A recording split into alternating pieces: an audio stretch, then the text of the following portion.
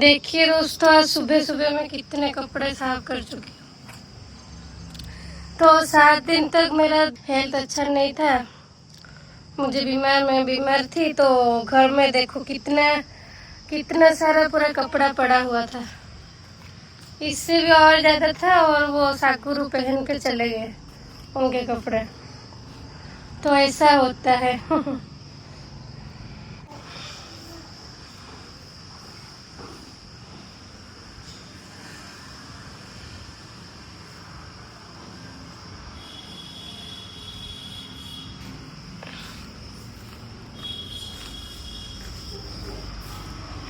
तो दोस्तों, आज नया सिलेंडर आ गया है।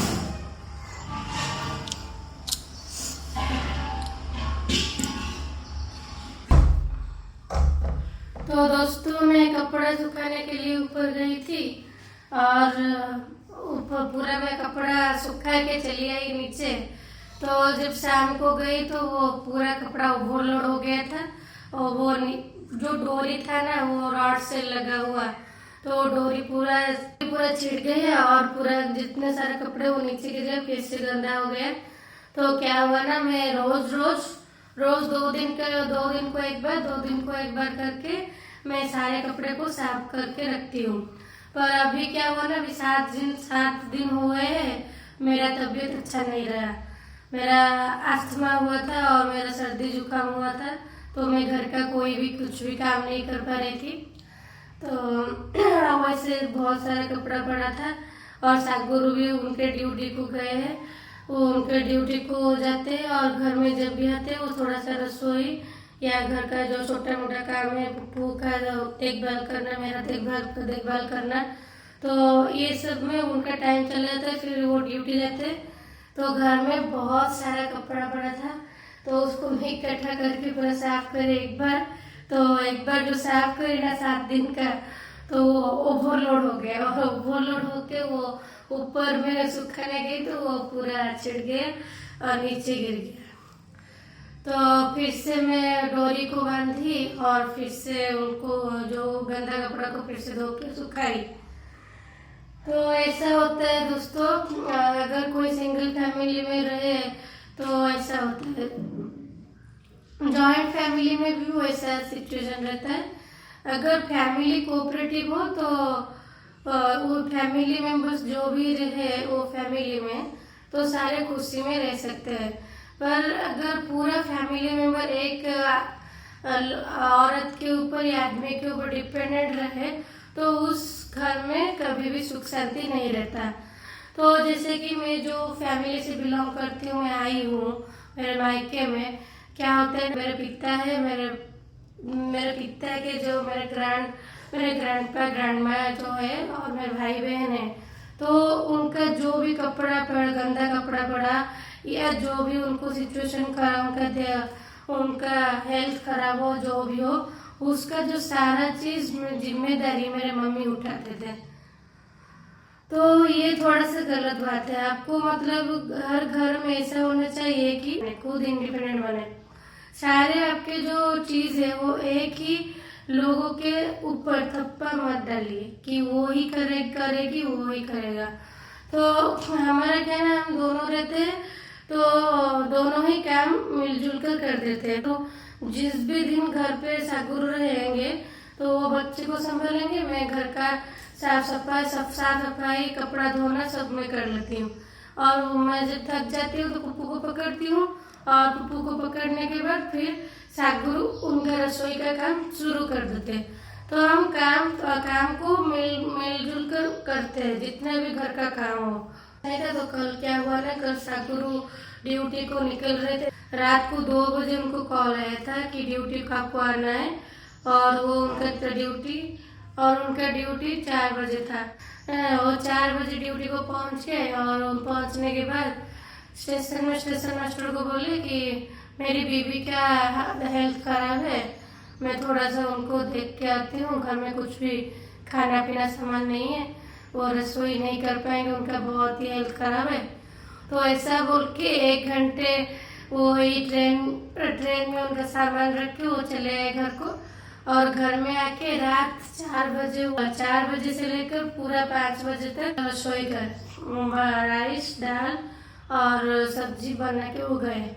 तो 5 बजे वो गए। मतलब अगर आपको कोई सच में प्यार करता होगा, आपके पेरेंट्स हो या आपके हस्बैंड हो या आपके बच्चे हो, तो उनके एक्शंस में वो सब दिखता है।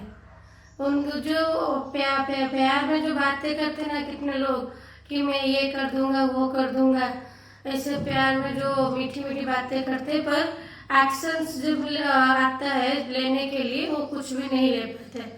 तो मैं जब मायके में थी ना, जब मेरे पिता के घर पे थी, तो मैं जब भी पढ़ाई करके लाइब्रेरी से आती थी घर को, या कुछ भी हो सिचुएशन, अगर मैं नहीं खाती थी ना, मेरे घर पे कोई पूछता नहीं था। मेरी माँ भी नहीं पूछती थी कि तुम खाए हो या तुम खाली पेट में सोए हो, तो कोई नहीं पूछता। अगर वो उनके साथ मेरा झगड़ा कभी हो जाता था भी, तो मेरे पेरेंट्स के बीच उनके बीच कभी नहीं पड़ता है।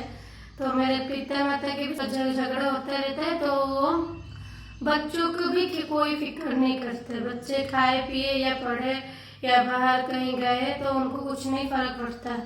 तो वैसे जब मेरे मम्मी के साथ थोड़ी सी अनबन हो जाती है, तो वो मुझे नहीं पूछती है कि तुम खाई हो या तुम खाली पेट हो। पर देखो अब सिचुएशन क्या हुआ ना, मेरे पति की सिचुएशन देखो, वो 48 आवर्स ड्यूटी करते हैं जाके ट्रेन में ड्यूटी करते। इतना duty long hours hard working करके भी उनको ख्याल रहता है कि मेरी बीवी खाई है या खाली पेट में सोई है।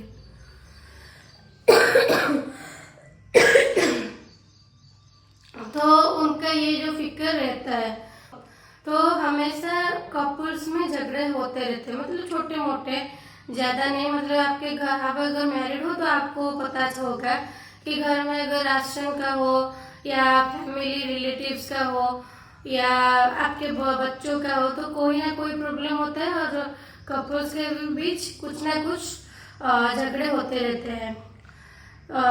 क्योंकि आप एक फैमिली बना चुके हो, अभी आप कोई बॉयफ्रेंड गर्लफ्रेंड रिलेशनशिप टाइप का नहीं हो, तो झगड़े होते रहते। तो अभी क्या होता है ना, मेरे पति के साथ अगर मेरा झगड़ा होगा तो वो मुझे मनाने आएंगे कि मैं गुस्से में नहीं खाऊंगी, मैं जिद पकड़ के मैं बैठूंगी और वो मनाएंगे कि आओ तो खाओ। अगर मैं कुछ भी नहीं खाऊंगी तो मेरे पति भी कुछ भी नहीं खाएंगे। तो ऐसा हमारे घर पे होता है। पर मेरे जो मायके में होती थी, मेरे खुद की माँ जो मुझे जन्म की है, तो उनके साथ अगर मैं झगड़ा हो जाएगा तो वो मुझे मनाने नहीं आएगी या मुझे नहीं खिलाएगी, ऐसा टाइप का। तो दोनों में बहुत ही फर्क है। मतलब जो अनकंडीशनल लव बोलते हैं ना लोग कि हमेशा माँ से मिलती है, पेरेंट्स से मिलता है, तो मेरे केस में मुझे अनकंडीशनल लव हमेशा मेरे हस्बैंड से मिला है। तो ऐसा तो देखिए क्या हुआ ना, अगर कोई इंसान आपको सच में प्यार करता है ना, आपका परवाह करेगा। आपका हेल्थ खराब हो तो आपको वो देखभाल करेगा, आपको कोई भी मतलब स्ट्रेस लेने नहीं देगा। तो मैं जब भी मेरा हेल्थ खराब होता है या मेरे कैरियर में मैं डाउन फील करती हूँ, तो मेरे हस्बैंड मुझे नहीं डांटते कि तुमसे नहीं हो पाएगा, तुम्हारा क्या औकात है, ऐसा कुछ भी मेरे बारे में वो बुरा ही नहीं करते। मुझे उल्टी में मुझे एनकरेज करते हैं कि तुम कर सकती हो, तुम आगे बढ़ सकती हो। तो वो ये जो फैक्ट है ना, डिफरेंस है, इसमें पता चलता है कि कौन आपको सच में चाहता है कि आप आगे बढ़े और आप उनके लाइफ में आप क्या प्रायोरिटी आप रखते हो, इसी से पता चल जाता है। तो इसीलिए मेरे हस्बैंड मुझको हमेशा प्रायोरिटी देते हैं, तो मैं भी उनको प्रायोरिटी देती हूँ। तो वो कल 5 बजे रसोई करके गए और फिर मैं दिन भर में खाती रही और थोड़ा सा मेरा हेल्थ रिलैक्स हुआ। सबको लगेगा कि मैं छोटा सा स्टोरी बताई थी मेरी माँ के बारे में, मैं फुल स्टोरी नहीं बताई हूँ।